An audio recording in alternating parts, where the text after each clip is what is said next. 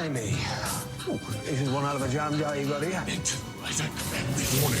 The House of Mystery contains demons, angels, elementals, magicians, wizards, apparitions, adult language, and discussions. If you're easily offended, do not enter the House of Mystery. All right, then. On with the show.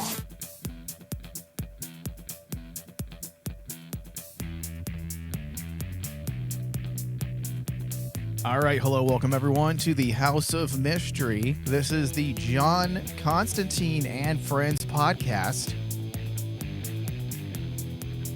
Welcome everyone.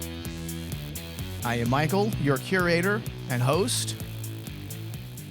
And in the House of Mystery, as per usual, is the demon bisexual subterranean extraterrestrial from hell. The demon bisexual butler. Hello. I'm a super demon. Fantastic. Yeah, you got promoted. I got promoted. Yeah. You've been doing such a great job here in the House of Mystery that I spoke to Lucifer. I'm like, can we please give this guy like a bonus?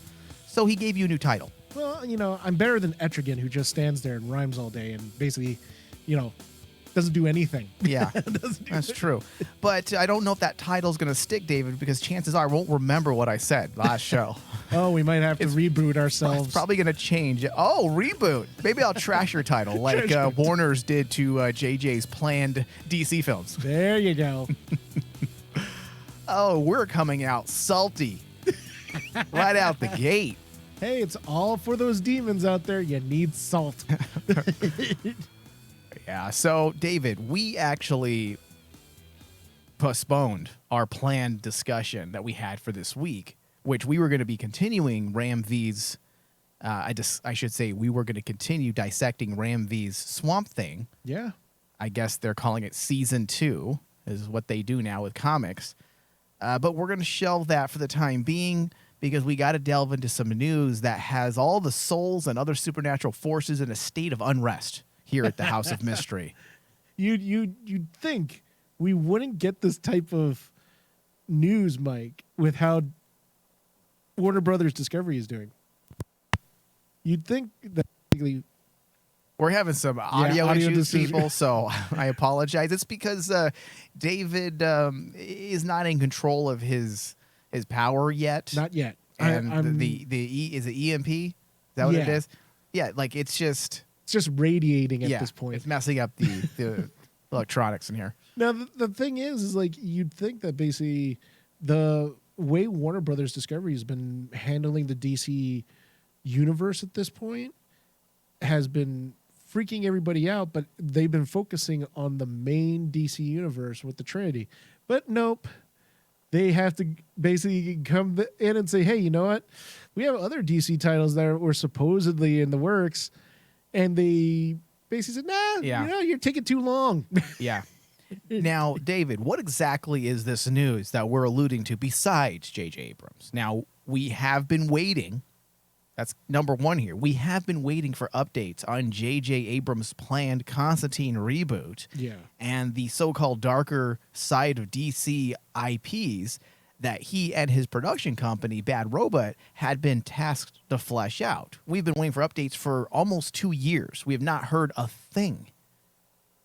But when all of the news broke with the Warner Brothers / Discovery merger and how they're pretty much dismantling everything from the past, and they need to. I'm actually on board with everything they're doing. There's a few things that have me miffed, don't get me wrong. Same here, yeah. But I understand why they're doing it. I don't feel like people realize what type of danger this studio is in currently, and we will get into that a little bit later. I don't want to get into the business side of things and the technical bullshit that people don't really care about until the end. Yeah.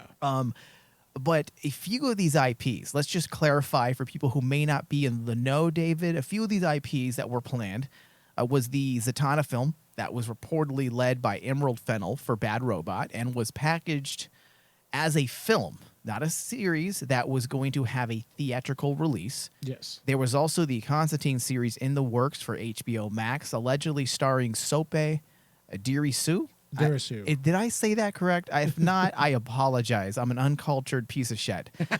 He was going to be playing Constantine, and then Madam X, which was set to be another series for HBO Max. And all three were intended to lead to a Justice League Dark type of series and or film. Yeah, because it was supposed to actually. Me and you have been talking about this game plan that apparently J.J. Abrams had, and we were all on pins and needles waiting to see some announcements. Hey, are they starting shooting? They haven't started shooting.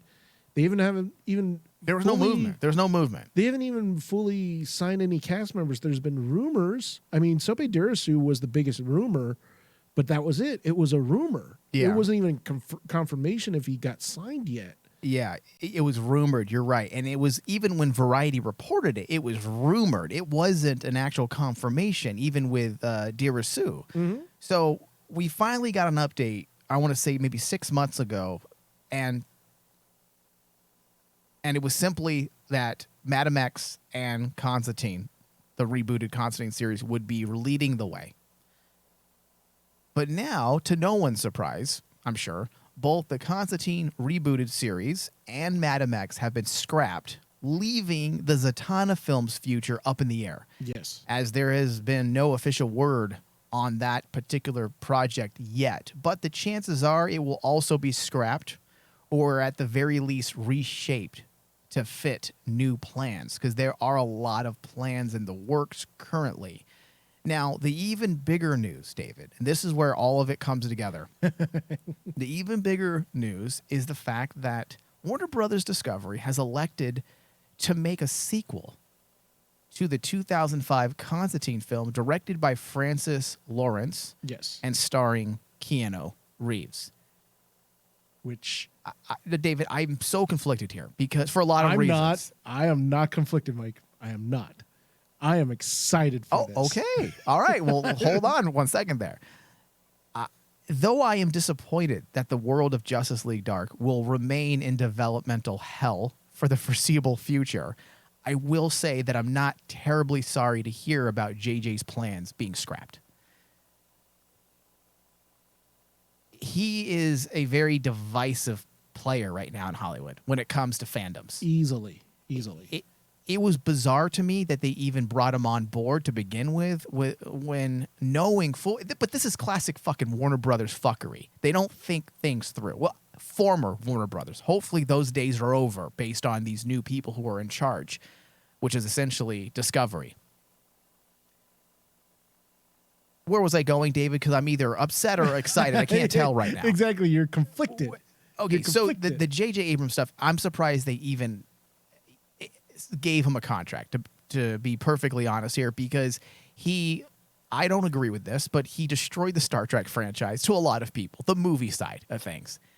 The 2009 film was solid, but after that, it just kind of kept, especially Into Darkness. That was kind of the nail in the coffin for JJ.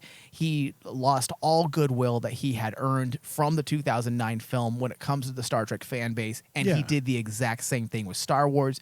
Even though Force Awakens was a good attempt at getting the Star Wars franchise going, needless to say, without getting into the ins and outs of why it didn't work, ultimately at the end of the day, a lot of people blame him as well as a few other key players within Lucasfilm. And not But- only that is like he's now has that reputation as a franchise killer. Yeah, exactly. Even though I don't feel like it's fair necessarily, he's doing what he's hired to do. Yeah. But listen, a reputation is reputation. Reputation is reputation. And that had me concerned. That reputation had me concerned the very moment he was announced to do the darker side of DC. I was hopeful and I was trying to be optimistic, but I was living in fear, David.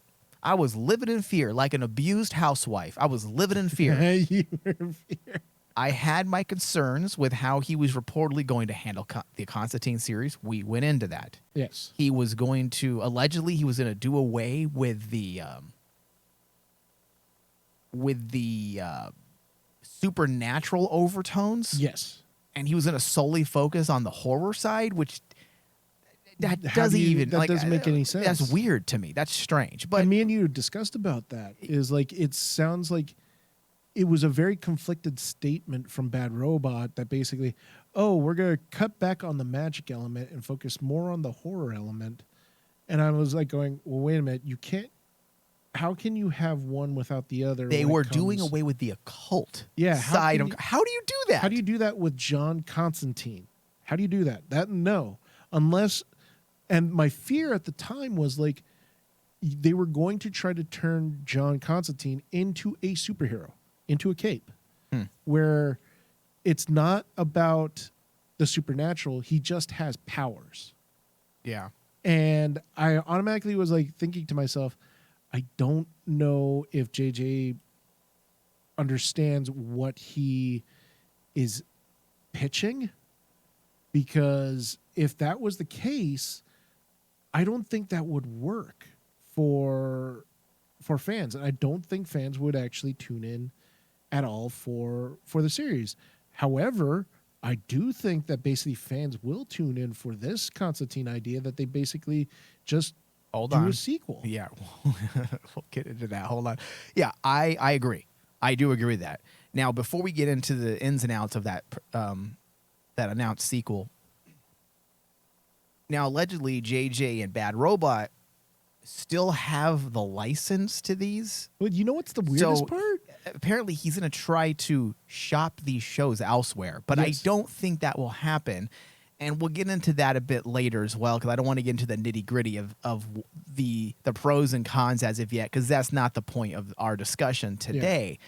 Now, it is important to state that this was going to happen whether or not the Keanu Reeves film was greenlit or not.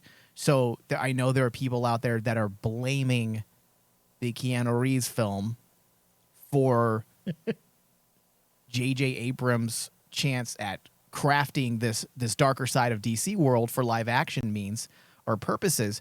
They're blaming it on this sequel announcement that, they chose to replace JJ's with the Keanu Reeves sequel. They were going to trash this anyways. It was only a matter of time, because plain and simple, it's plain and simply put, Warner's and Discovery, they are dead broke. And I don't feel like people fully understand that. They are completely broke. There were financial reports indicating that the reason they pushed Aquaman and The Flash to 2023 is because they actually had no funds to distribute and promote the films. Yep. This studio has been run into the ground over the last 20 years with indecisive decisions.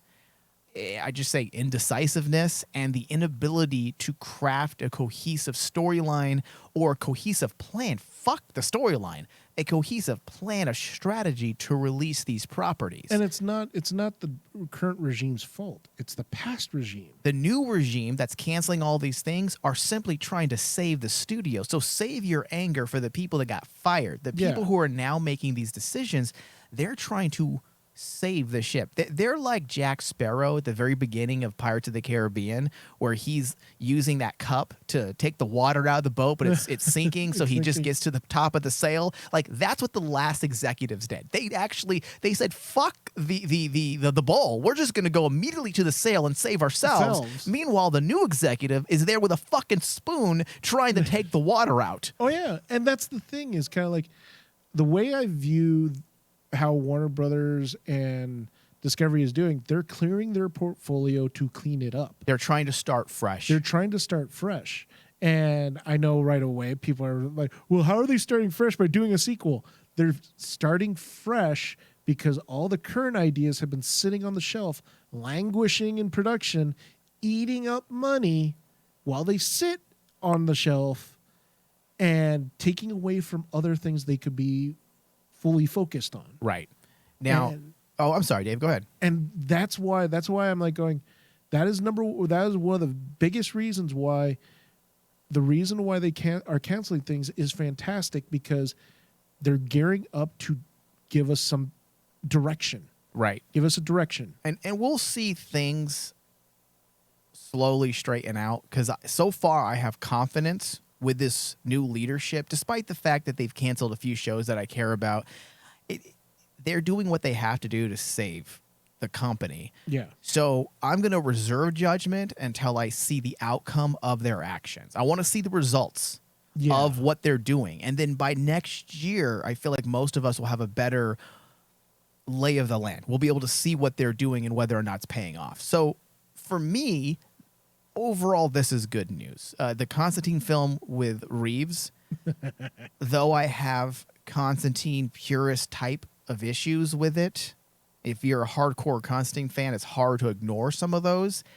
But if you try to ignore some of those purist elements, that movie, the 2005 Constantine film, is an exceptional piece. It's good. And I use the word film purposely with intent. I don't use that word often to describe very many mainstream films, but Francis Lawrence did such an amazing job with that movie. Yeah. His technical expertise and his academic knowledge as it pertains to film theory and his ability to translate film language to the mainstream is one of the standout elements of the movie. It's a well-crafted film from beginning to end, despite some of the issues with how they developed this version of Constantine. Well, the most problems that basically people point out to me why they don't like the Constantine film is because it doesn't line up visually with the comic. And I'm like going, you guys are focusing on the visuals. You mean to tell me that this film gloss over the way Keanu Reeves looks? If by some chance they just change Keanu Reeves' look to fit Constantine, which I crack up that basically people constantly, well, he's not wearing the brown trench coat. We can change that. Well, guess what? Constantine did wear a black trench coat as well. Exactly. He's not blonde. And also, we can change that. I will gladly take little changes like that in exchange for a good story. Exactly. And I'm sorry, the Constantine film has the best rendition of Lucifer. Oh, simmer down. By far in DC Universe. Listen, the actor, Dude. I always forget, Peter Stormare. Peter Stormare as Lucifer. Hold on. His, Oh, Jesus, his here we whole go. point at the very end is one of the best. Oh, Hold on. I wasn't trying to shut you okay. off. I was trying to fix your mic. It's one of the best renditions of Lucifer Okay. by far. Hold on. Peter Stormare did a great job. I don't want to get into some of the issues I had. I feel like he was too evil. Oh, come on. It's Lucifer. Lucifer's not always evil. Yes. The other versions of the devil and Beelzebub, they're more evil, but Lucifer isn't necessarily evil. Now, Peter Stormare, when Tilda Swinton is calling him all the names, old one, old and she's one. oh, how I love the old names. Like, Yeah. he's great. I'm It's not saying the fantastic. performance isn't good. And I always say his rendition of Lucifer seems super evil, but I'm like, you guys got to understand, at that time, Lucifer desperately wants Constantine's Right. soul Yeah. because Constantine has been a thorn in his side from day one. Okay, so if you want our full analysis of that movie, we actually did it when we first started our discussion. So if you scroll through, you'll find a very detailed analysis that Yes. David and I had put out for all of our early listeners. I want to say it was show number 2 or show 3 where we got into that. Honestly, dude, I up to this point, and I know it's been a good maybe couple years since we actually discussed the Constantine film, but since then, Constantine has become one of my arguably top 5 favorite films. Top 5. That says a lot. It does. Now, David, from the business perspective, for Warner Brothers, who's currently on life support, as I have said, this is a no-brainer. Yes. Why take a risk with JJ, who hasn't put out a mainstream critical success since the 2009 Star Trek reboot, when you can use a star like Keanu Reeves, who loved doing the 2005 movie and has been wanting to do a sequel for years Yes. and is massively bankable right now. Probably more now than he has ever been since maybe the late 90s because of The Matrix. I mean, everyone loves Keanu Reeves right now. He has become a meme sensation, which memes do save careers these days. Absolutely. This is the type of movie the studio needs. Yeah. This is a smart move from a studio that is struggling financially because this movie will be a bona fide box office hit. It is. Without a doubt, it will be because of Keanu Reeves' name. He's bigger now than he was in the mid-2000s. And everyone over the last several years, I'd say 10 years or so, have rediscovered this movie. Either A, they missed it when it came out in 2005, or they have found it, recently for whatever reason. And a lot of people are now gravitating to this movie.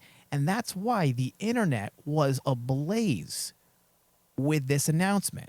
Mm-hmm. Now, if you had attached anyone else to this, let's say you went with Durasu or some other actor to play Constantine, it would not have resonated. And that's my point here. Yes. They need to go viral with these types of news. In order for this studio to survive, they need a viral sensation. And the fact that the internet blew the fuck up. And you got to remember, there's going to be people that are, for the most part, with HBO Max, the people who are subscribed to HBO may watch the Constantine TV show, let's say. And we know us Constantine fans, like, we're going to watch it. Yeah. But that's not enough to make a show a certified financial success, especially in the day of streaming. I don't want to get into the ins and outs of that. If you want more on that type of stuff, listen to our DC on RMD podcast, where we just did a show. Me, David, and one of our other hosts on this network, Bobby, did an entire show where we discussed the studio issues and the financial stuff and why they're doing A, B, C, and D. Yes. But my point is that this is par for the course, meaning this is on track with what this studio is trying to do. They're trying to change themselves. Yes. They're trying to correct the errors of the last 2 decades.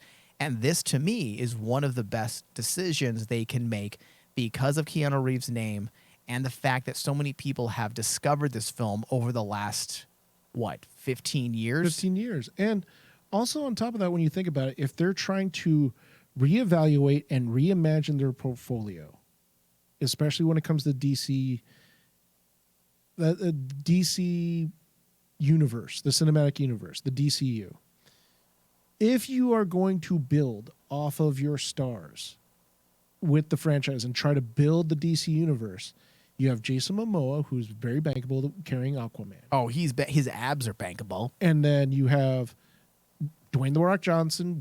It might be very decisive, but he brings in box office. His biceps are bankable. You have even the possibility of Gal Gadot returning back to Wonder Woman. That ass is bankable. So Mike, imagine down the line a DCU Justice League type of movie, right? You have Gal Gadot, you have Dwayne The Rock Johnson, you have Jason Momoa. Let's throw Henry Cavill in there because everyone wants to see him. Hold on. Let's throw Pierce Brosnan in there as Dr. Fate. Pierce Brosnan as Dr. Fate. Suddenly you have an A-list team. And then you throw in Keanu Reeves. You have an A-list team. To be Constantine. That's what the studio needs. Exactly. And that's why they're doing this. And if you look at everything they have planned, I have my issues as well with The Rock's version of Black Adam. I've said as much on our other shows. However, from a business standpoint, I get what they're doing, and they need to do it. Yeah. So that's why they didn't even try to trash Black Adam when Discovery Warner's merged, because they knew that having Rock on board, being the face of this new era, is probably going to be helpful for their agenda. And if you look at even Shazam, Zachary Levi is bankable. He carried that film, and it's, as everyone put it, it is probably the popular DC Universe movie out of what they've released now. It was a crossover hit, meaning a lot of demos. Typically, there are specific types of individuals who watch the DC films. Yeah. As we know, DC does not do nearly as well as Marvel. However, the Shazam film was that crossover hit Warner's needed at the time because it brought in people who aren't necessarily fans of the DC film nor the genre of the DC films, because they are very different. But imagine that cast, Mike. That's a cast you can build a DC universe around. Yeah, absolutely. That's why you bring in a Keanu Reeves. And for fans out there, I know that are screaming, listening to us, what about Matt Ryan? What about the booty? I love Matt Ryan. Matt Ryan, I would, I'm the bisexual butler. I would have sex with. Oh Matt my Ryan. God, David! Inappropriate. How dare But you? Here's the thing. I love Matt Ryan. However, he cannot be as bankable as Keanu Reeves. Yeah, and David, I'm glad you bring this up because there were some people that were upset that Keanu Reeves is being brought back instead of Matt Ryan. But the facts are sometimes hard to hear. Yeah, Matt Ryan was never coming back to begin with. he can't. He has said as much. He has mentioned that he would love to do it again, but he knows that ship has sailed. That it's for right now, his time as Constantine Is done. is over. It doesn't mean it's over forever, but for right now, it is. But the facts are sometimes, as I said, are hard to hear. Matt Ryan also isn't he isn't a bankable star. He's just not. Now, if Warner's Discovery was in the same position as Disney and Marvel right now, then they could afford to cast pretty much whoever they want in those roles because the stars aren't selling their films. The ongoing saga is selling their films currently. But look how they started their sagas. Who did they cast? Ed Norton, who was big at that time. Mm-hmm. Robert Downey Jr. That's how they... Samuel Jackson. Chris Evans. Scarlett Johansson, Gwyneth Paltrow. These are all big names at that time. And this is what the studio is trying to do here. Now, I did receive messages from some fans that were upset with me for saying I was okay with this news, and they thought that I was a fan of Matt Ryan. And just to echo what you said, I'm a huge fan of Matt Ryan's Constantine. If someone were to hand me a petition to sign that would guarantee his return as Constantine, I'd sign it in a heartbeat. But he was never in the running. Yeah. The Keanu Reeves sequel did not bump him. It did not cancel his show. It did not cancel Legends of Tomorrow. No. It didn't replace him in any way, shape, or form. He was never in the running.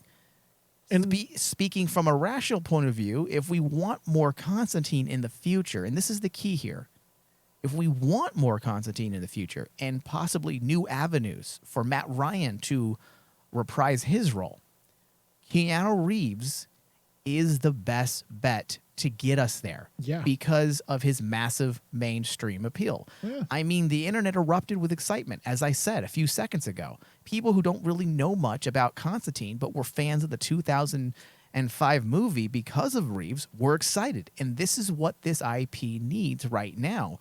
We need some mainstream attention. Exactly. Oftentimes, our favorite IPs need more than just the elite, hardcore, dedicated fans like ourselves. It needs the mainstream in order to survive. We alone cannot create the lifeline that a fandom, or I should say a franchise, needs. It's the same thing that we talk about this on our Star Trek show.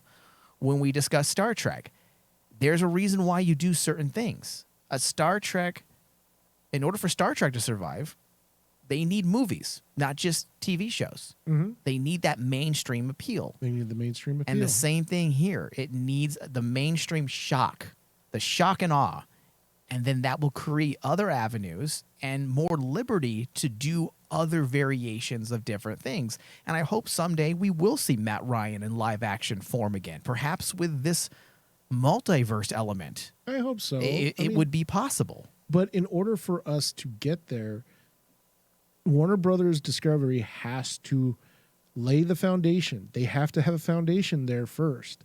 They just can't throw things at the wall and expect it to stick. Why do you think Batman gets 50,000 comic books and movies? It's because the mainstream understands the Batman character. The fans, the Batman fanboys, aren't the ones keeping it alive. No. It's the fact that they managed, back all the way back in 1989, managed to show the world that Batman is a bankable character that has massive mainstream appeal. And that's why this has always been the go-to for Warner Brothers in pretty much every direction, because the audience gets it. And that's what we need to do with Constantine. And you have to also throw in the fact, Mike, that right now, they have to clean up their portfolio, not just basically financially, but PR-wise. Yeah. They already have 2 actors in the DC universe. Actually, 3 when you think about it. 3 actors that basically bring so much negativity to your franchise that they have to. There's talks about removing them. Ezra Miller, Amber Heard, and I keep forgetting the actor's name that plays Cyborg. All 3 of them brought this negative juju to the franchise. Yeah. They have to do a cleanup. Yeah. Bringing in a character, just like what you said, that has that. The trinity of shit, David. Let's call it that. They're the trinity of shit. That is a perfect way of putting them. But you want to bring in someone to clean that up. You bring in someone that has so much mega appeal to your mass audience. People will basically look at him and forget about Ezra Miller. You bring in Keanu Reeves. Yep. Because I can say from the get-go, look at Keanu Reeves' trajectory. He is so beloved by the mass audience. Even a crappy, it's insane. One of the most hated and received video games of the past 5 years in Cyberpunk, where it literally is one of the most scandalous video games in the last 5 years. Everyone still looks at Keanu Reeves and go, man, he's still awesome. Yeah. At this moment in his career, the guy can't do anything wrong. He can't, according to a lot of people, and I think that's a good place to be in as a bankable star. So, really quick, David, according to the official press release that was posted to Variety, Keanu Reeves returns for Constantine sequel, HBO Max's TV reboot, Dead, along with Madam X. Okay, so Variety can confirm that Warner Brothers will make a sequel to the 2005 supernatural action film Constantine starring Keanu Reeves. The blockbuster star will reunite with original director Francis Lawrence. Thank God. I wouldn't be nearly as excited if he wasn't returning. Yeah. Because at the end of the day, it doesn't matter who you put in there for star power if you pair him up with a shit fucking director. And Francis Lawrence is pretty fucking great. And I have a gut feeling that they would only be able to get Keanu Reeves because they actually were going to bring back Francis Lawrence, because their relationship between Keanu Reeves and Francis Lawrence is completely positive. I don't think Keanu Reeves would have done the project if they didn't bring back Francis Lawrence. Yeah. Now, the HBO Max series that has now been shit canned apparently was in development like for a long time, even before we had heard about it, and they had been going through script rewrites. Apparently, according to this report, there had already been 4 drafts. 4 different drafts. They weren't even rewrites. They were just 4 different stories. Yes. That's concerning right there in itself, that they don't even know what story they want to tell. That just sounds like JJ right there. Yeah. Now, this is interesting, Dave. Guess who's going to be writing the script? Who? Akiva Goldsman. Really? Yep. Okay. How exciting is that? That's actually kind of cool. That's a good get. Akiva Goldsman is a tried and true veteran. And do you notice he's the guy that basically you call in to fix stuff? He saved Star Trek, in my opinion. Exactly. He saved Star Trek. He saved a couple other television shows Yeah. that I know about. He's the reason why Daredevil season 1, along with Steve DeKnight, was so fucking strong. And I know for a fact Marvel's been wanting to get him.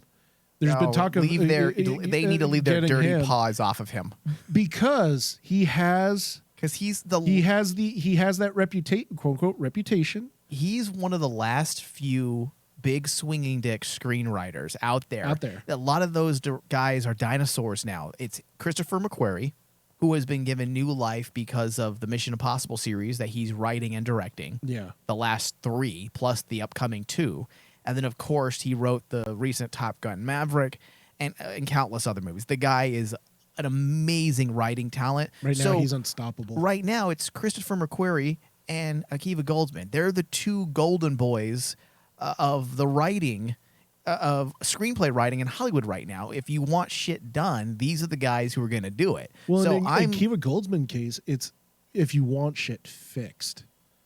Think about it. Yeah, he's a fixer. He's a fixer. Yeah. So it makes sense that Warner Brothers Discovery would say, let's get the screenwriter that can actually fix a franchise in to help us. And that's also what McQuarrie is. McQuarrie is a also fixer. he's the one who fixed Rogue One. He was called in to fix Rogue One from the writing standpoint. He was called in to take over the Mission Impossible franchise and give it new life.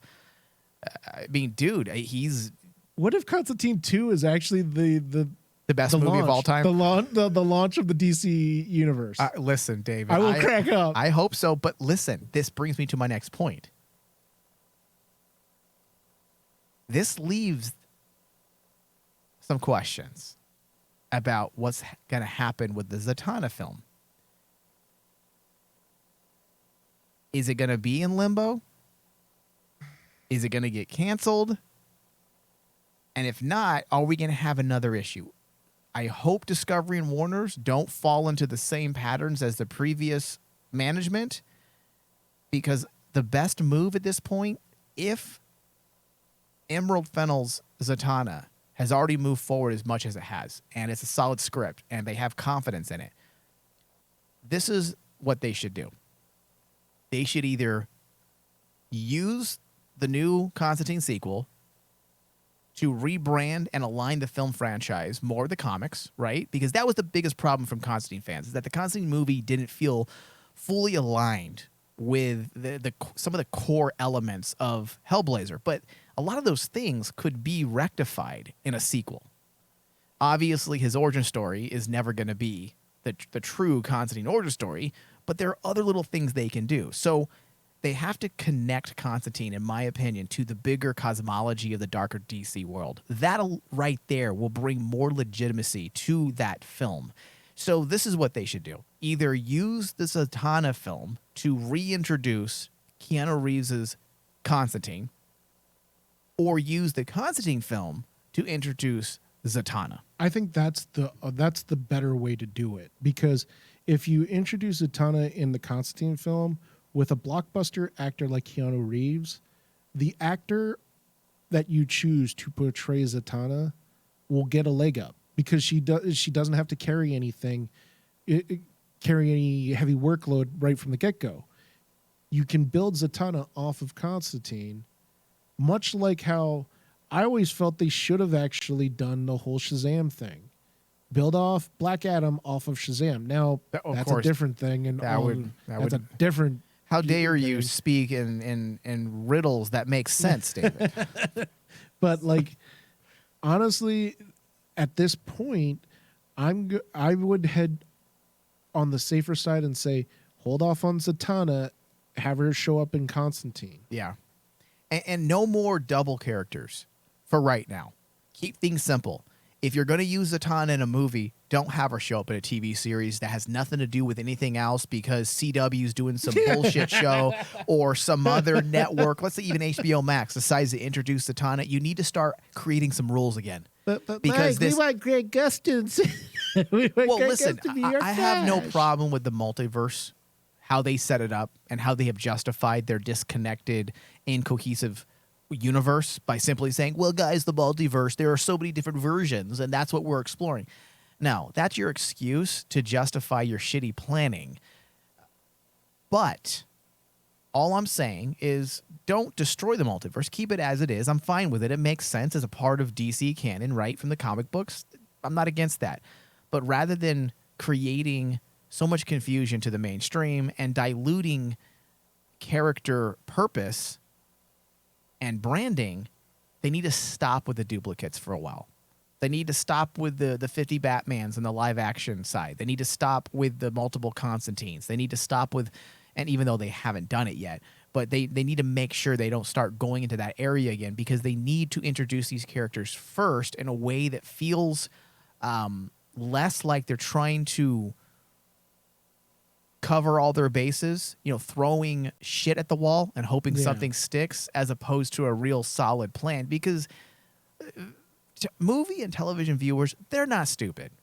No. They could, even if they don't know directly what you're doing, like maybe they just don't have the words to verbalize it, perhaps, they still have that feeling that something is off, something is not right. So they need to plan and have better strategies. So yes, introduce Zatanna possibly into the Constantine film or vice versa, but do not introduce any other version of Constantine and or Zatanna in a live action sense until these ones have a chance to establish themselves. Yeah. Now, I Does don't that want to. It makes sense, Mike, Yeah. but I just thought of how to throw a monkey wrench into your plan. I don't want monkey wrenches. But it's a good monkey wrench. I think it's a good monkey wrench. Okay. What if they do the old man Constantine storyline? Because that would be the easiest way to do it. If people are such an uproar of this is not the version of Constantine we want, they show different Constantines, old man Constantine. The old man Constantine storyline starts off with Constantine saying that there's multiple versions of him, and we actually even saw him, the version of Keanu Reeves in the comic. That's true. We never listen. And that whole storyline, I'm sorry, was fantastic. It is, David, but it's also a little. It's not a good way to start because it's a little too convoluted. It's good for a comic book run to reestablish the old version of the Vertigo Hellblazer and bring him into this new. I don't know what fucking canon that was, but it was canon to in some way. They did a bunch of fuckery that worked, but I don't think that would work in a movie at this point. Again, establish, go simple, do simple first. Simple is okay. Simple's okay. And then once you get firmly established, then you can do things that are a little more complicated. And David, from the success of this film, if this Constantine movie does well, which it is, we will get more JLD content. Guaranteed. Guaranteed. HBO Max is pulling away from making big budget series, exclusive films, because it doesn't make sense to them financially, and I agree. For example, the $90 million Batgirl film for HBO Max should show everyone that the previous management was out of their fucking minds. You don't make a $90 million film for a streaming service that charges $7 a month. With your two biggest actors on there was Michael Keaton and Brendan Fraser. There's literally no way for you to ever make that money back. Yeah. So them canceling, the new people canceling that film was a smart move. And their cancellation of all these other shows is smart because they were being run into the ground. This company was being run into the ground with mismanagement, overspending that didn't even logically make sense. The CW is also proof of this insanity, as well as their decision to release the Snyder Cut, which they regretted the moment they greenlit it. Yep. Because they had no plans to continue Snyder's vision, and because of that, all it did was put a bad taste in the Snyderverse fans' mouth. And you know what? That's what the thing that I hate to rub it in, but I know that there was a lot of Snyder Cut fans out there. I'm a big Snyder Cut fan. I thought it was a good cut, but at the end of the day, everyone says, "Well, that it came out, Mike," and suddenly everyone's like, "Well, that was a waste of our time." Huh. See, I don't agree with that. I liked the movie. But I just felt like it was pointless only because the fact that we were never going to get any continuation. And then the stupid leadership of it, the management is like all upset that people want more. I'm like, what did you think was going to happen, assholes? Exactly. So, and then the CW, for the people out there that are really upset with what's happening at the CW had no audience. There's multiple reports coming out from reliable... We were their audience, Mike. We were their audience. Yeah, from reliable sources, people who keep track of these things. Apparently, the CW, over the last 10 years, they weren't even accurately reporting their numbers. They were skewing them because the new management released the real numbers. And the people watching the CW were actually less than they were reporting. Yes. Which the average viewer for a TV show on the CW was 400,000 people. And we have more Facebook likes. Exactly. That's the average viewer. Now, to make it even worse, the CW is known for targeting, or their key demo being 15, 16 to 23. That's their key demo. That's why they make younger soaps, essentially, for younger audiences. It turns out the average viewer is actually 58 years old. The CW had no fucking clue what they're doing over there. Because the Warner Brothers had no idea what they're doing over there.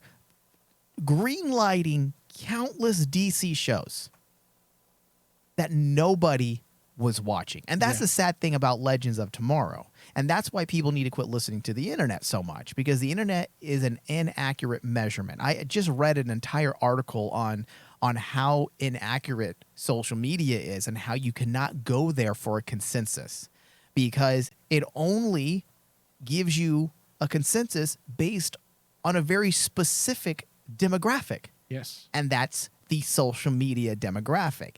And Twitter fragments that consensus that much more when you pair it with Facebook and Instagram and TikTok. Each audience, or each user, I should say, of each different social media platform have different viewing habits. The people who tend to view a type of show, let's say a CW show, this isn't accurate, but I'm just trying to use this as an analogy here, tend to be on Twitter,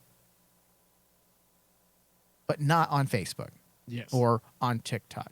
So you can't use social media as an accurate consensus. And that's why I feel like it's silly that people put together these petitions that, listen, I sign them every time because I cross my fingers and hope that they'll work. But many times these petitions don't work because you're speaking to the people already watching the show. Yes. Not anyone who has never watched the show to begin with. And the audience is so small. I believe Legends of Tomorrow at the end of their run was close to 430,000 viewers on average. And they started with, I want to say 1.4 million. And I did like moments on that show. I wasn't a huge Legends of Tomorrow fan. I became a bigger fan of the show when they brought Matt Ryan on, and I loved, him as Constantine, so I watched it for the most part. But what was I saying, Dave? I completely lost my train of thought. Jesus Christ. You were saying about Matt Ryan, and basically the CW was more or less carried by the wrong demographic. And yes, and a lot of things that basically you're pointing out essentially shows the ineptness of the prior regime, because that was my point. Yeah. Because here's the thing. David, hold on a second. Any other company, okay, that has a TV show that goes from, say, 1.5 million viewers to 400,000 would have canceled that show the moment it dropped. You lost more than half your audience. And you're still producing a show? That doesn't even make sense. What world do these people live in? And so if you want to blame anyone out there for the cancellation of shows, blame Warner Brothers, the old regime. Because they're the ones who drove this property and all of our beloved IPs that's connected to DC into the fucking ground. Yeah. I mean, think about it, Mike. I mean, this past year, everyone made fun of the fact that at their major announcement, the comparison of Marvel throwing so many announcements, over 13 series, and DC announces 2 plus a cartoon that is tied, that is basically poised at toddlers with the bat wheels. So 2 major ones and a cartoon. That shows that basically how inept the Warner Brothers prior regime was, because they didn't know what the hell what game plan they had. Yeah. They just wanted to throw things at the wall and say, well, it fits because it's Batman and everyone loves Batman. Everyone loves Dwayne "The Rock" Johnson, so we'll give him a project. It was like Oprah over there. Everyone gets a TV Everyone series. gets a TV show. Even if no one's watching it. I can't believe the company lasted as long as it did under that management. And I've been waiting for this to happen for about 4 years, because I follow a lot of Wall Street news, and there was a few hedge fund guys who were sitting on the. Jesus, David, I'm losing my mind over here. They were sitting on the board. Sorry, Yes. for AT&T, which runs Warner's. And he wrote an open letter, published it, saying that basically mocking the leadership and asking why you're destroying the profits of this company. You guys are an aging landline company trying to run a business you know nothing about. And he went into detail and he publicly posted a bunch of financials. And he's the one. He was the catalyst. I forgot his name, but he was the individual that started this. Where we are today with the new management, Discovery and Warner's merging, is because of what he started. Yeah. Because he publicly bashed Warner's And for their everyone got business to see. practices, and everyone were able to had access to their poor financial data and the shell game they play with profits. And then when you see, and then the big hit was the fact that their stock plummeted at that point. Yeah. So this was going to happen. I knew this was going to happen. I've been waiting for it to happen for, like I said, 4 or 5 years now, and finally we're here. And I'm hoping this is the true turning point. That this is the moment where we can look back and we'll have some tears in our eyes for some of the projects that got canceled and things that we never were able to see. But hopefully this will represent a new era where we can rally behind quality programming and shows that we can love and have around for years to come. And think about it, Mike. Think about it. It can all start with Constantine. How amazing is that? The fact that Constantine, as an IP, will be one of the top films leading the charge of this new era. That is a great position for us Constantine fans to be in. We have never been in a position like this before. Oh, yeah. And the more I thought about it, the more you sent me that article and I thought about it, the idea of Keanu Reeves, that is a good start to a portfolio of actors that you could call on for your dying franchise. You call on Keanu Reeves, you call on Gal Gadot, you call on Jason Momoa. Can I call on Gal Gadot, please? I think all of us want to. Like, hello, Gal. What's up? You call on Ben Affleck because Batfleck is going to come back. So let's keep him separated for a while, though. Let's keep all these people separated from Constantine for a bit. Let's build out his world before we bring him into the Cape world. But I just cannot. I am more excited to see that DC EU more than anything else. Yeah. Because at least it has a bit of a positivity behind it. You're right. That's it right there. Okay, David, we have only a few more minutes left. I got a couple tweets and Facebook posts about our thoughts. I wanted people to send us their thoughts on Constantine and all the news that are happening. Am I going to have to make happening. room for the basement in the House of Mystery? No. This is actually this was just a question, and it's from Raz Alhim on Twitter, which I do like that handle. I'm not gonna lie, I'm a little jealous. That is actually a really cool handle. They said, okay, so his reply was, they said the JJ show could get shopped around. Who do you think would buy it? Now, I'll answer that, but also I feel like it's a bad decision for those other properties to get shopped at this point. And I have a feeling that it's not going to happen for a few reasons. I'm surprised. There must be some legal contractual reason why JJ was allowed to leave his deal with Warner's and take the properties with him, if this is to be believed, this rumor that he's shopping it around, because that seems strange that he can keep the license for these projects that the IPs that he optioned. And if he doesn't get started soon, regardless, the option's going to expire. That's what happens. And typically options are only for 24 months. If that, there are some that are written for 6 months. Sometimes they're written for 12 months.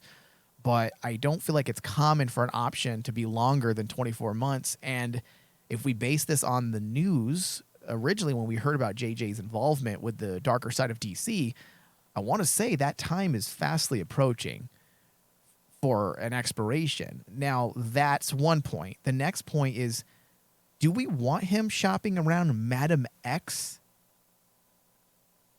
and a Constantine series? Because to me, it's going to go right back to what the new management is trying to do differently. They want to create a cohesive universe, even if they're separate universes, like Black Adam's universe, last we heard, unless they're changing that with the reshoots, is going to be its own thing. Mm-hmm. It's going to be its own universe. And then, of course, the Batfleck and Flash. And we also know that the Flashpoint movie may also bring everything together. Yes. Which, if they're smart, that's probably what they'll do. They'll take their bigger properties and bring them under one umbrella in one universe, essentially, where we can have a new DCEU. Now, or what's it called for the film side? Is it DCU, I think? Yeah, DCU. Yeah.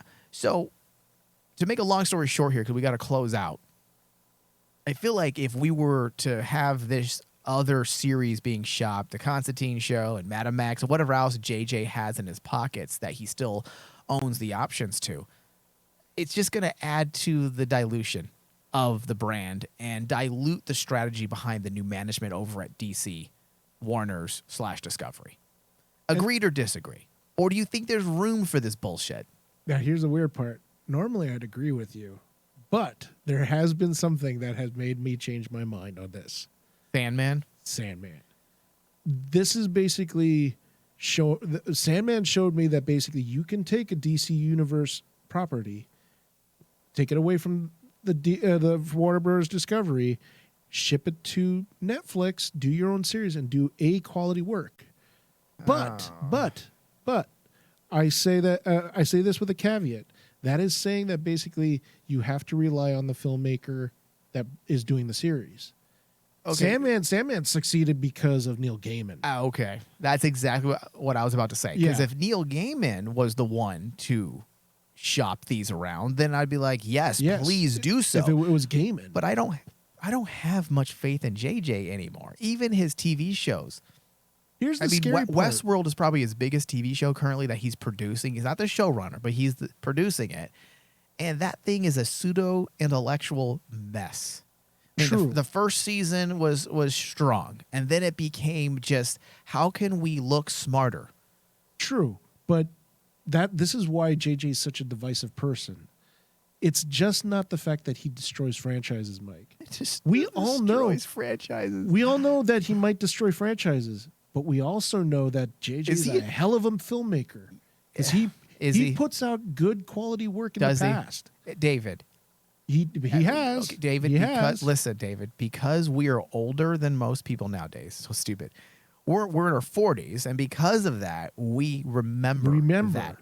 But also, David, he was big in the mid-2000s. Yes. That's over 15 years now.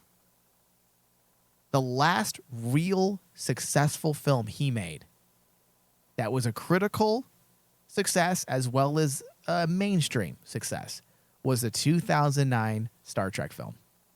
Yes. He has not been able to push out anything else that has been beloved by both fans and critics alike. And I think that's what he's trying to chase. He's trying to chase like that one thing that he can actually say, hey, it took me 15 years, but I got it. Listen, it hurts me to say this. You know, David, that I was a big J.J. Abrams fan. Yeah. For years. Same here. Just recently, with the ending of the new Star Wars trilogy, I'm just like, fuck it. Fuck this guy. I give up. I give up. You know, and listen, it's not his fault, but still, he's a director. He should have some type of fucking integrity to get something done with some quality. Because he's a big name. He isn't like fucking Brett Ratner that has to give up Final Cut to the studio. I mean, he's J.J. Abrams, who probably doesn't get Final Cut, but he has a lot more power to insist on certain things. And yet he just is a company man through and through more than a filmmaker at this point. Yeah. In my opinion. I think he cares more about the business side than the integrity of filmmaking.